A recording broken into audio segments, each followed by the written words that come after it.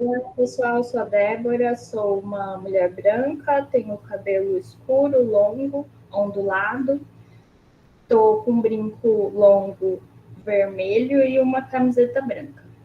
Eu sou doutoranda em psicologia na Unesp de Assis, sou bolsista CAPES e eu faço parte de um grupo que se chama GPDM, que é Grupo de Estudo e Pesquisa em Desenvolvimento Moral e Educação. O trabalho que eu vou apresentar hoje é um pequeno recorte da minha tese de doutorado e o título que eu dei para ele foi: A convivência na escola está contribuindo para a promoção da cooperação ou da competição? Quando a gente pensa na escola enquanto um espaço formativo, em que a maioria das pessoas vai passar uma longa parte da sua vida nele, e que também é composto por diferentes sujeitos das mais diferentes perspectivas, então nós podemos considerar que esse é um espaço privilegiado para que a convivência democrática seja impulsionada desde a infância. Mas para que isso aconteça, é preciso que a escola empreenda um trabalho sistemático e intencional, visando a cooperação, o respeito mútuo, as práticas dialógicas, que são elementos fundamentais para que essa convivência seja realmente democrática. Levando isso em consideração, o objetivo desse trabalho que eu vou apresentar é propor uma reflexão acerca de como a competição está sendo reforçada na escola, o que dificulta a promoção da cooperação, que é, como eu falei, um dos elementos fundamentais para que a convivência seja democrática. O referencial teórico que eu utilizei foi a psicologia moral, sobretudo as contribuições de Piaget, da epistemologia genética de Piaget, para os estudos da moralidade. E, como eu disse, esse é um pequeno recorte da minha tese de doutorado. Então, o meu trabalho mais amplo é sobre o desenvolvimento moral, mas o recorte que eu trouxe hoje, o eixo temático que eu selecionei foi a convivência na escola. E para isso eu trouxe alguns trechos de entrevistas de 5 crianças de uma escola municipal aqui da cidade de Assis, que é interior de São Paulo. E elas são todas do 5º ano. Essa turma funcionava em período integral. E eu fiz entrevistas com elas, os procedimentos metodológicos explicados mais sistematicamente está no trabalho completo, quem tiver interesse. Bom, o que aconteceu? Os resultados que eu obtive com essa pesquisa. Bom, essa sala, ela era dividida em grupos. A professora dividiu as crianças em alguns grupos que sentavam junto e faziam as atividades também junto.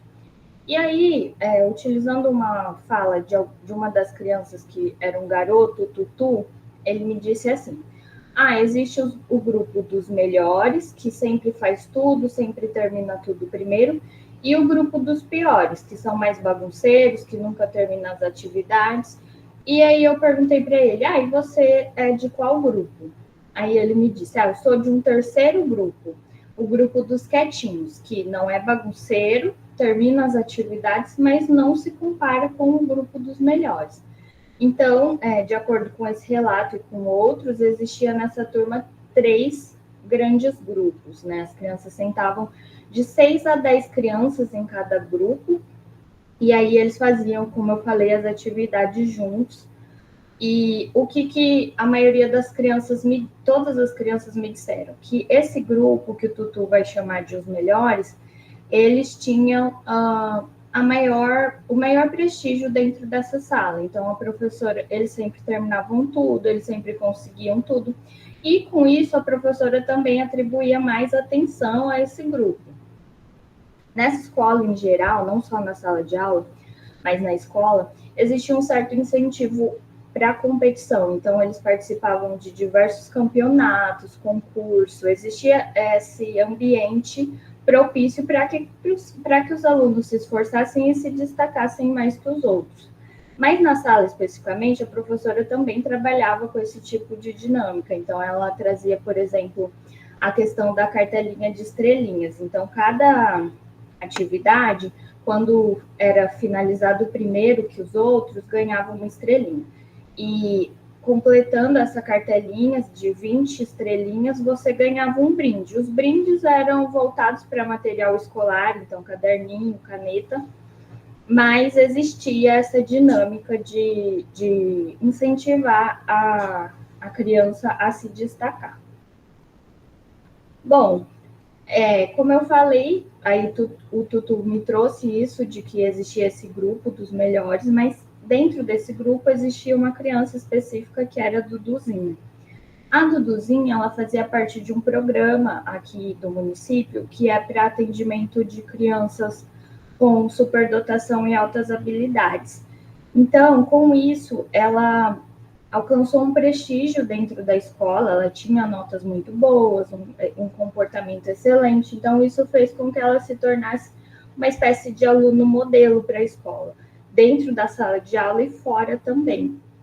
Então, todas as crianças, mesmo as outras que também faziam parte desse grupo, como a Lê, a Esté e a Lili, ainda assim elas elencaram a Duduzinha como a melhor da sala, que a professora saía da sala para resolver alguma coisa e deixava ela como representante. Ela era chamada para todas as atividades. E aí o que aconteceu com esse cenário, né? Criou uma certa cisão na comunidade, porque assim, dentro do grupo, então, como eu falei, eu entrevistei a Lili, a Lê, a Esté e a Duduzinha. Todas elas faziam parte desse grupo que o Tutu falou que era o grupo dos melhores. Mas dentro desse grupo existia uma disputa e uma competição constante para que uma se destacasse mais do que a outra. A Lili, inclusive, traz bastante ressentimento nas suas falas, porque ela chega a afirmar que ela não era tão inteligente quanto os outros do grupo, e isso trazia um incômodo para ela, e que a professora também não dava tantas oportunidades para ela. Ela até menciona que, por exemplo, a professora nunca vai saber quais são os potenciais e as habilidades dela se ela nunca tem a oportunidade de ficar cuidando da sala quando a professora sai. Porque, de acordo com ela, só quem fazia isso era a Duduzinha.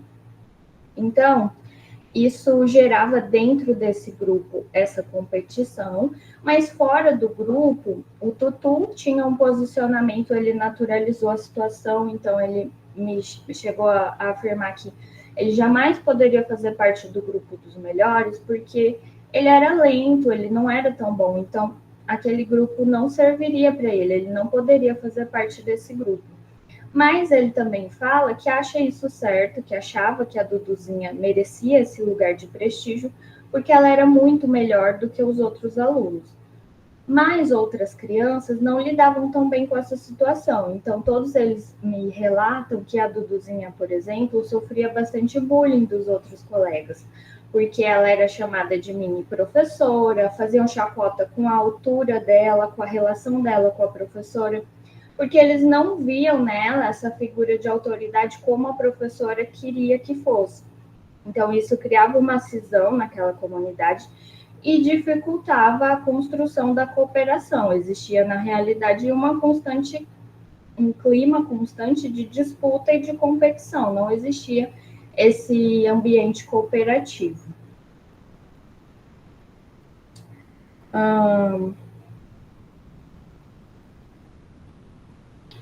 Bom, tinham vários relatos, quem tiver interesse de ler o trabalho completo, mas aqui eu trouxe só um resumo realmente.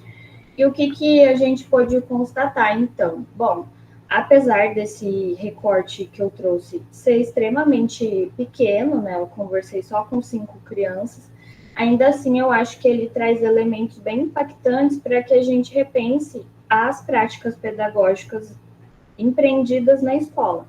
Porque quando a gente observava a descrição das crianças, das atividades que aconteciam no intervalo, essa dinâmica era totalmente diferente. Então, eles tinham alguns jogos que eles tinham o hábito de brincar no intervalo, e ali não existia essa posição de os melhores e os piores. Eles estavam realmente numa relação entre iguais. Então, eles trabalhavam de uma forma muito mais cooperativa do que na sala de aula. Então, isso a gente pode perceber que a igualdade e a equidade é uma condição necessária para que a cooperação e o respeito mútuo se desenvolvam. Então, essa ideia de que existe um grupo melhor, uma criança melhor, acabava dificultando essa dinâmica cooperativa. Então, o reforço, a competição nesse caso, acabava dificultando esse elemento de cooperação, de construção de uma comunidade realmente. E aí, então, nós podemos pensar que as práticas no ambiente escolar precisam ser repensadas, visando essa construção de um ambiente cooperativo, em que as crianças consigam se resolver, dialogar, conviver com as diferenças, e que cada um possa estar nesse ambiente de forma harmoniosa, que não se sinta nem ressentido como Lili, nem conformado como Tutu, e nem em uma constante disputa como as outras três crianças, a Esté, a Lê e a Duduzinha, né? Então, era basicamente isso que eu tinha para apresentar. Aí o trabalho completo, quem tiver interesse, tem mais informações, tem mais trechos das entrevistas.